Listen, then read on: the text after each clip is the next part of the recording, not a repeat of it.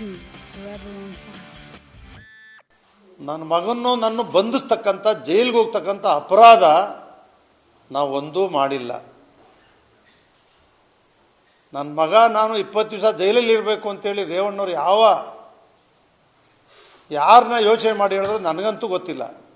ರೇವಣ್ಣವರೇ, ನಿಮ್ಮ ಕೈಲಿ ಪೊಲೀಸು ಮಾಡಿಸಿಲ್ಲ, ಕುಮಾರಸ್ವಾಮಿಯವ್ರ ಕೈಲಿ ನಾವು ಮಾಡಿಸಿಲ್ಲ, ಯಾವುದೇ ಮುಖ್ಯಮಂತ್ರಿಗಳು ಮಂತ್ರಿಗಳ ಕೈಲಿ ಯಾವ ಮಂತ್ರಿಗಳಾದರೂ ಸರಿ, ಚಿಕ್ಕವನಿಂದ ಸಣ್ಣ ಹುಡುಗನಿಂದ ಹಿಡಿದು ಇವತ್ತಿನವರೆಗೂ 54 ವರ್ಷ ಸಾರ್ವಜನಿಕ ಸೇವೆಯಲ್ಲಿರ್ತಕ್ಕಂಥ ನನ್ನ ಮೇಲೆ ಯಾರೂ ಕೊಟ್ಟಿಲ್ಲ.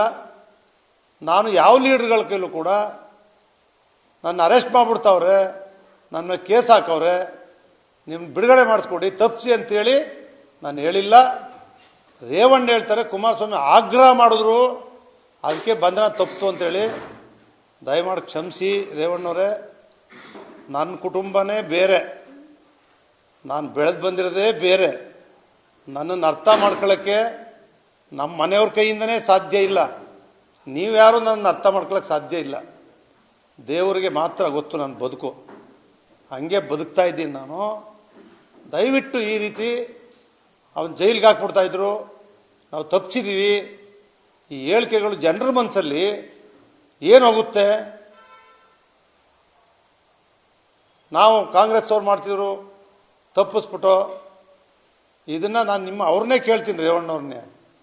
ಬೆಳಗಾಂ ಅಧಿವೇಶನದಲ್ಲಿ ಏನು ರೇವಣ್ಣ ಯಾವತ್ತು ಹೇಳಿದೆ, ಅದು ಯಾವ ಕೇಸಲ್ಲಿ? ಹೌಸಿಂಗ್ ಬೋರ್ಡಲ್ಲಿ ನೀವು ಇಬ್ಬರು ಸೇರ್ ಮಾಡಿದ್ರಿ,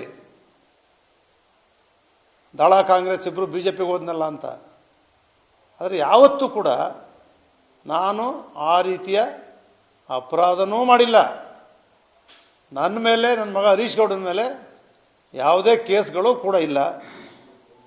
ಬಂಧಿಸ್ತಕ್ಕಂಥ ವಿಷಯನೇ ಬಂದಿಲ್ಲ, ಆ ಸಂದರ್ಭನೂ ಬಂದಿಲ್ಲ. ಇದನ್ನು ಸತ್ಯವಾಗಿ ನಿಮಗೆ ಹೇಳ್ತಾ ಇದ್ದೀನಿ.